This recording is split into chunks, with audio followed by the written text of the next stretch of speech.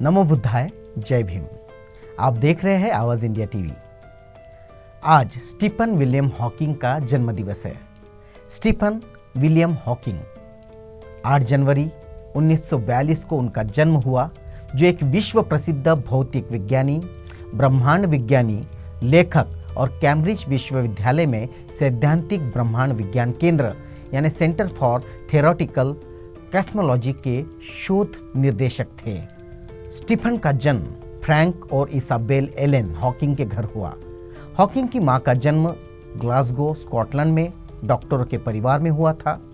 Yorkshire के उनके अमीर दादाजी ने कृषि भूमि खरीदने के लिए खुद को झोंक दिया था और फिर 20वीं शताब्दी की शुरुआत में बड़ी कृषक मंदी में वो दिवालिया हो गए।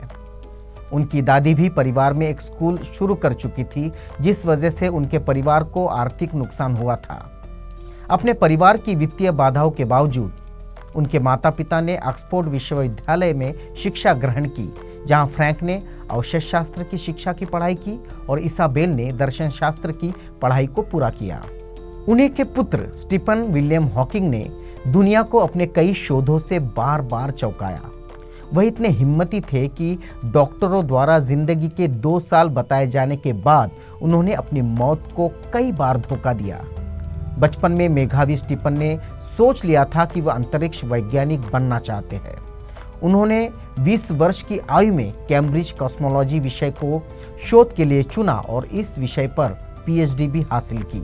महज 21 वर्ष की उम्र में हॉकिंग की छाप विश्वविद्यालय में पड़ने लगी थी।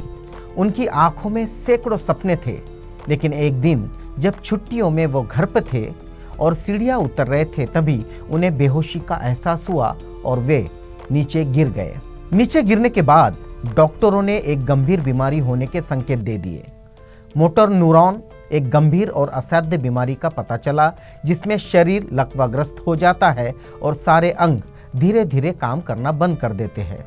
उनकी उम्र महज 2 साल ही बताई गई, लेकिन मौत को मात देते हुए हॉकिंग्स ने 50 साल से ज्यादा जिंदगी जी ली।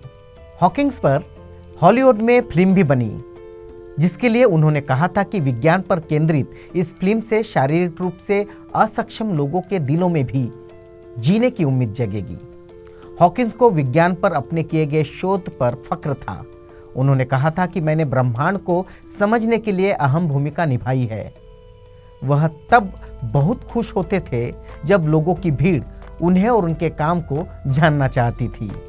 उन्होंने ये भी कहा था कि मेरी बीमारी के कारण मैं एक बेहतरीन वैज्ञानिक बन पाया हूँ।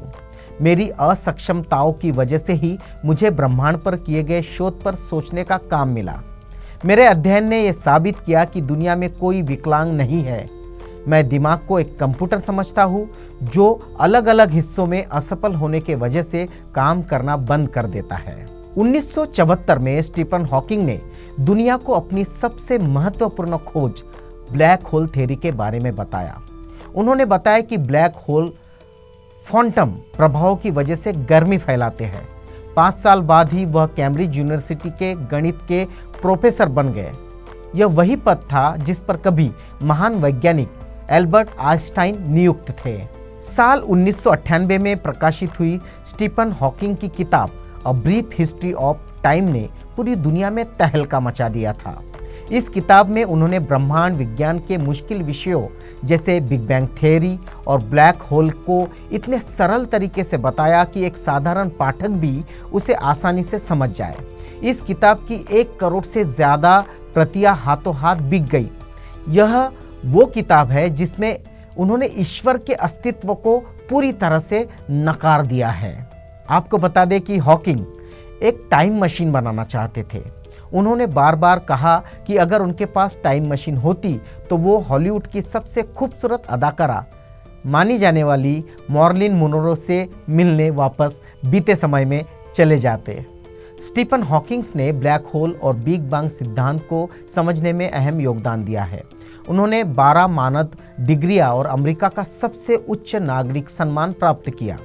स्टीफन हॉकिंग की पुस्तक रूप में प्रकाशित कृति है समय का संक्षिप्त इतिहास। यह पुस्तक सन 1988 में प्रकाशित हुई थी और अपनी तत्परता और वैज्ञानिकता के कारण इतनी लोकप्रिय हुई कि 10 वर्षों में इसकी 10 लाख प्रतियां बिक गई।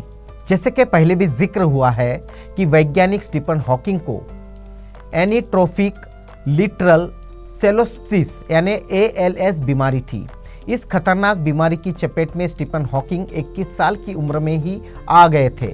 ALS बीमारी में मनुष्य का तांत्रिक तंत्र यानी नर्वस सिस्टम धीरे धीरे काम करना बंद कर देता है। फिर धीरे धीरे पूरे शरीर की मूवमेंट बंद हो जाती है। जब इलाज के लिए स्टीफन हॉकिंग अस्पताल गए तो डॉक्टर ने कह दिया कि वे बहुत ज़्यादा से ज़्यादा 2 साल तक ही जिंदा रह पाएंगे।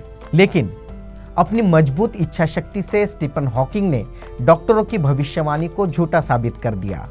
उस वक्त स्टीफन हॉकिंग का दिमाग छोड़कर शरीर का कोई भी अंग काम नहीं करता था। बावजूद स्टीफन हॉकिंग ने हार नहीं मानी और दुनिया के महान वैज्ञानिक में से एक बने। वैज्ञानिक स्टीफन हॉकिंग ने स्पेस साइंस के क्षेत्र में बड़ा योगदान दिया। उनकी उपलब्धियों में सिंगुलैरिटी का सिद्धांत, ब्लैक होल का सिद्धांत, कॉस्मिक इंस्पेक्शन थ्योरी, यूनिवर्स का वेब फंक्शन मॉडल और टॉप डाउन थ्योरी शामिल है। अपनी मौत पर डॉक्टरों की भविष्यवाणी गलत साबित करने के अलावा वैज्ञानिक स्टीफन हॉकिंस ने भगवान के अस्तित्व पर भी सवाल उठाए। उन्होंने कहा कि 21वीं सदी के खत्म होने तक हम भगवान के दिमाग को समझेंगे। इस यूनिवर्स को किसी ने नहीं बनाया, इस पर उनका अटल विश्वास था और उन्होंने ये साबित भी कर दिया। वे कहते थे कि मुझे सबसे ज़्यादा खुशी इस बात की है कि मैंने ब्रह्मांड को समझने में अपनी भूमिका निभाई, इसके रहस्य लोगों के सामने खोले और इस पर किए गए शोध में अपना योगदान दे पाया। मुझे गर्व होता है जब लोगों की भीड़ मेरे काम को जानना चाहती है। आज उनके जन्म दिवस पर उस महान वैज्ञानिक को हम याद करते हैं जिन्होंने दुनिया को वैज्ञानिक सोच दी। दमन, शोषण, अंधश्रद्धा और अज्ञान का प्रतीक जिसे लोग गॉड, ईश्वर, भगवान कहते हैं, उसे पूरी तरह से नकार दिया और दुनिया के सामने सच को उजागर किया। स्टीफन विलियम हॉकिंग को शत शत नमन।